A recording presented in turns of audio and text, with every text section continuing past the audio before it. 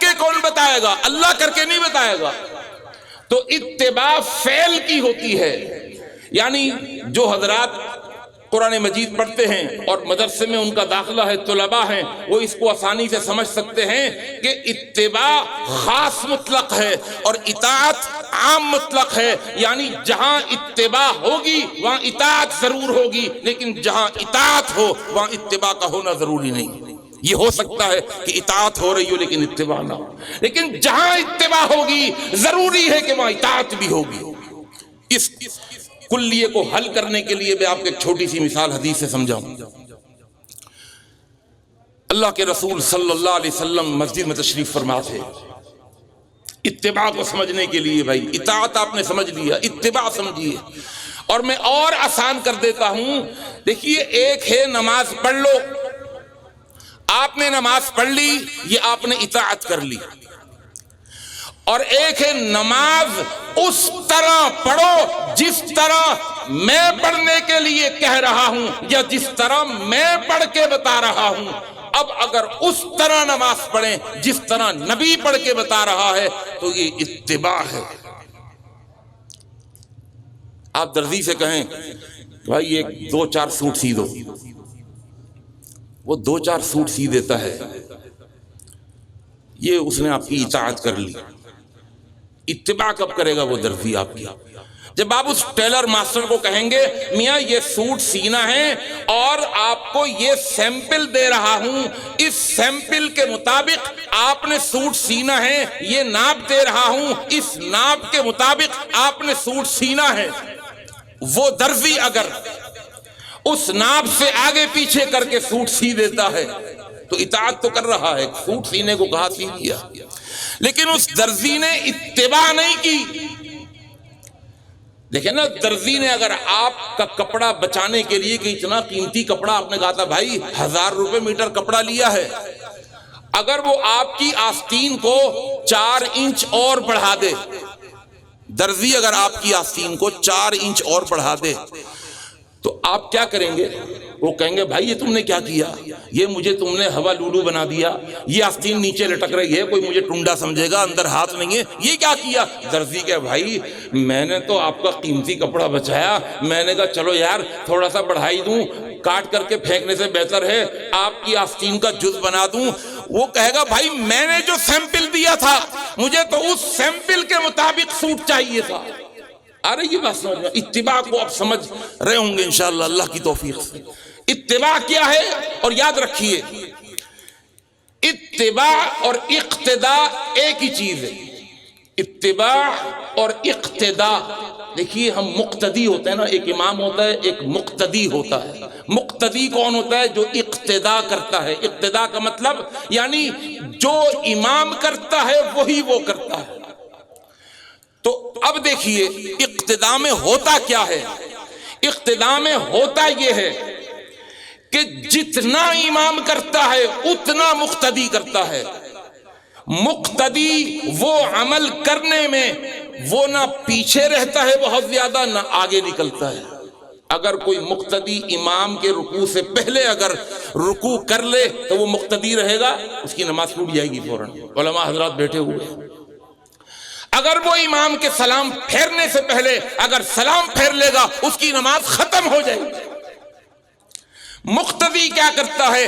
جتنی دیر امام کھڑا ہوگا وہ اتنی دیر کھڑا ہوگا، جتنی دیر رکوع کیا ہوگا امام نے اتنی دیر وہ رکوع کرے گا، جتنی دیر قوما اتنی دیر قوما۔ امام کی جتنا وقت سجدے میں لگے گا مقتدی کا اتنا ہی وقت سجدے میں لگے گا، نہ اس سے کم۔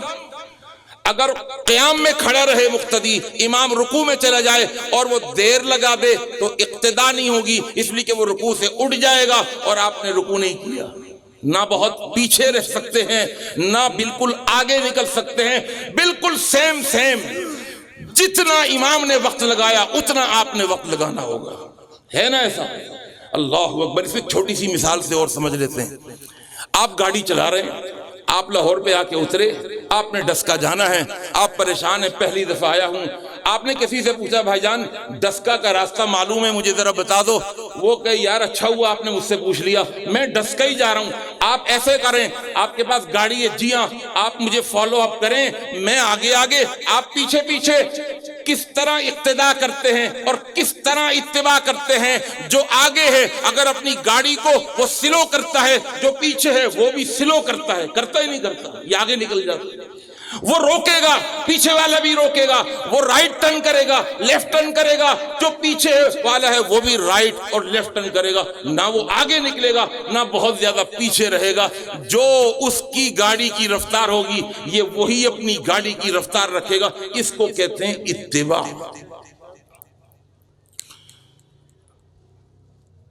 نمونہ کیا ہے؟ جو نمونہ دیا گیا اس کے مطابق سوٹ سی کر کے دینا ہے۔ اللہ دین کے لیے نمونہ کیا ہے؟ فرمایا لقد کان لکم فی رسول اللہ اسوۃ حسنہ، بخاری کی حدیث ہے، ترمذی کی حدیث، جاء رجل، ایک شخص آیا اللہ کے رسول صلی اللہ علیہ وسلم کا صحابی، فی المسجد، مسجد کے اندر، اور اس نے نماز پڑھی۔ نماز پڑھنے کے بعد وہ اللہ کے رسول صلی اللہ علیہ وسلم کے پاس آیا، فسلم، اس نے کہا السلام علیکہ یا رسول اللہ، آپ نے فرمایا وعلیکم السلام، ارجع، واپس جا، فصلی، نماز پڑھ، فإنک لم تصلی، اس لیے کہ تو نے نماز نہیں پڑھی۔ حالانکہ نماز اس نے پڑھی تھی، آپ نے کیا فرمایا؟ تم نے نماز نہیں پڑھی۔ وہ پھر چلا گیا، پھر نماز پڑھ لی، پھر آیا، سلام کرا، فرمایا وعلیکم السلام، ارجع، واپس جاؤ، فصلی، نماز پڑھو، اس لیے کہ فإنک لم تصلی، تم نے نماز نہیں پڑھی۔ کیوں جی؟ پڑھی تھی نماز یا نہیں پڑھی تھی؟ پڑھیے، صحابہ دیکھ رہے ہیں، اللہ کے رسول نماز پڑھتا ہوا دیکھ رہے ہیں، لیکن آپ اس کی نماز پڑھی ہوئی کو فرما رہے ہیں تو نے نماز نہیں پڑھی۔ وہ پھر چلا گیا، اس نے تیسری مرتبہ نماز پڑھ لی، بخاری کی حدیث، صحیح مسلم کی حدیث۔ تیسری مرتبہ آیا، نماز پڑھ کر اللہ کے رسول صلی اللہ علیہ وسلم کو سلام کرا، آپ نے فرمایا وعلیکم السلام، ارجع، واپس جا، فصلی، نماز پڑھ۔ یہاں اللہ کے رسول رکے نہیں کہ نماز پڑھ، فرمایا فإنک لم تصلی، میں اس لیے نماز پڑھوا رہا ہوں چونکہ تو نے نماز نہیں پڑھی۔ پڑھی ہوئی نماز کو کل عدم قرار دیا جا رہا ہے۔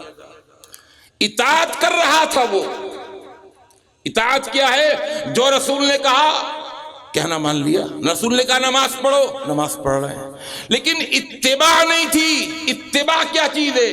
جب 3 دفعہ نماز پڑھ لی اور اللہ کے رسول نے فرمایا چوتھی مرتبہ بھی جاؤ جا کے نماز پڑھو، تم نے نماز نہیں پڑھی، اس نے کہا علمنی الصلاۃ یا رسول اللہ، اے اللہ کے رسول مجھے نماز سکھا دیجئے، مجھے بتا دیجئے میری نماز میں کون سی ایسی غلطی ہے جس کی وجہ سے 3 مرتبہ پڑھی ہوئی نماز کو آپ کل عدم قرار دے رہے ہیں، آپ کہتے ہیں نماز ہی نہیں پڑھی۔